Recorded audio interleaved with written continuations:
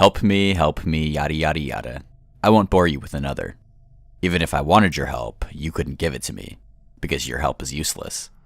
Why? Because you're not a member. I just wish that I wasn't either. It all started innocently enough, with a phone call. I'd been up for a few hours unpacking and cleaning, waiting for the plumber to call. I just moved into a cabin and the contractors fucked everything up. Because of that, I now have the wonderful task of making calls to competent people that can fix what the original contractors did wrong. The phone rang at 12:06. Not bad, I thought. Usually plumbers don't bother to call or show up until 5. When I picked up the phone, I didn't even get a chance to say hello before a woman on the line told me to please hold for the next available operator. I hopped up and sat on the cabinet in the kitchen. It was one of the few places in the cabin not occupied with boxes. Elevator music leaked into my ear. I'd started to drowse off when the music stopped and a piano chord that sounded like it was 3 notes that didn't quite go together played through the receiver twice. A voice came on the line. "Welcome to Booth World Industries. My name is Samantha, and I will be your operator today." I didn't know what to say, so I told the operator my name. "Sir, we know who you are. I'm your operator. Please give me a name to access." "I don't understand," I said. "It can be anyone, sir. We just need a name." Okay, I said. I made up a name, Harold Withers. "Sir, as your operator, I must point out that the fictitious names or the names of people that you don't know cannot be used." "Used for what?" I asked. How had she known that I'd made up that name? The whole thing felt like it was some sort of prank, but hardly anyone knew my new phone number. "Remodeling." "Remodeling? Is this the plumber?" I asked. "Welcome to Booth World Industries. My name is Samantha and I will be your operator today. Name?" I took that as a yes and gave them the name of my old ex-girlfriend, Jessica Goodwin.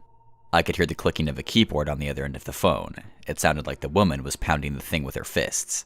After a few moments of this, she returned. "Jessica Goodwin," she said. "Remodeling is scheduled for August 21st, 2015. Would you like to reschedule?" I was silent on my side of the phone. I couldn't believe this.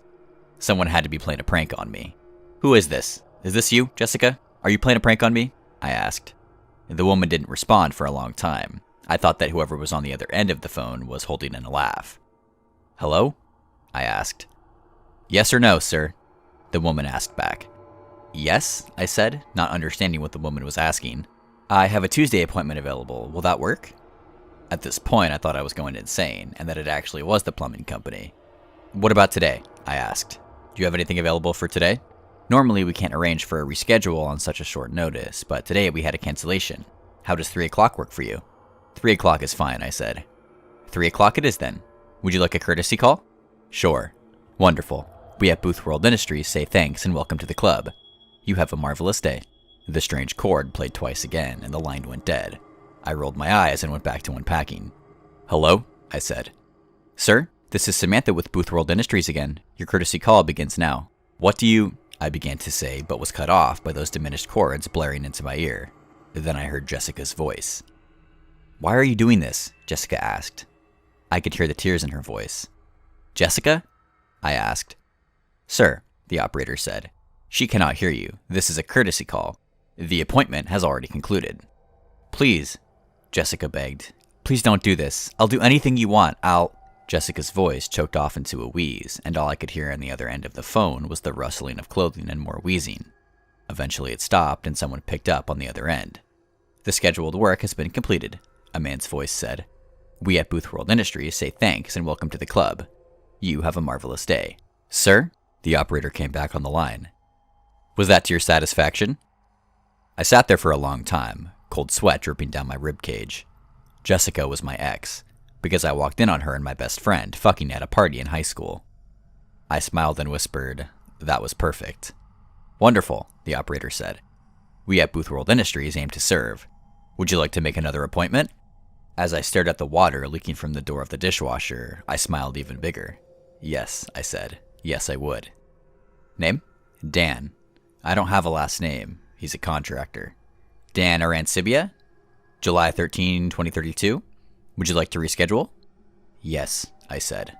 "How would Wednesday work for you?" "Didn't you say you had a Tuesday appointment available?" I asked.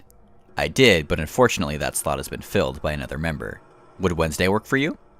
"No," I said. "I have a job interview that day. What about Thursday?" Unfortunately, Thursday will not work. You are due for a remodeling Wednesday night. What? I asked. She repeated the exact same thing to me again. Can we reschedule my remodeling? I asked. Of course we can, sir, the woman said. It sounded like she was smiling on the other end of the phone. There's always a way.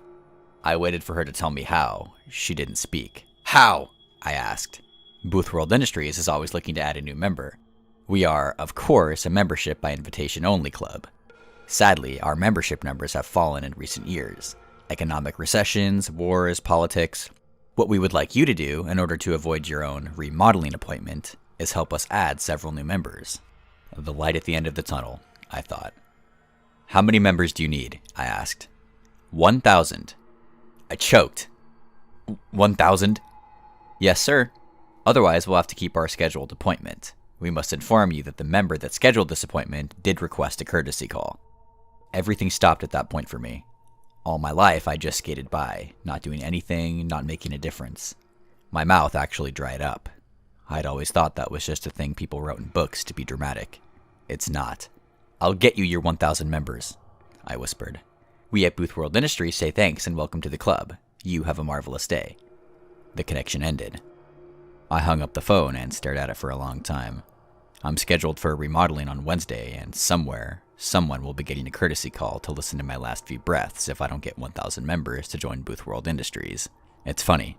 I always wanted to join an elite club. Skull and Bones, New World Order. I'm not sure how I got in, but now I'm a member. I've got until Wednesday to enjoy it. Like I said at the beginning, even if I wanted your help, you couldn't give it to me, because you're not a member. Membership is by invitation only. I'm inviting you in. You can help me. Just call 630-296-7536.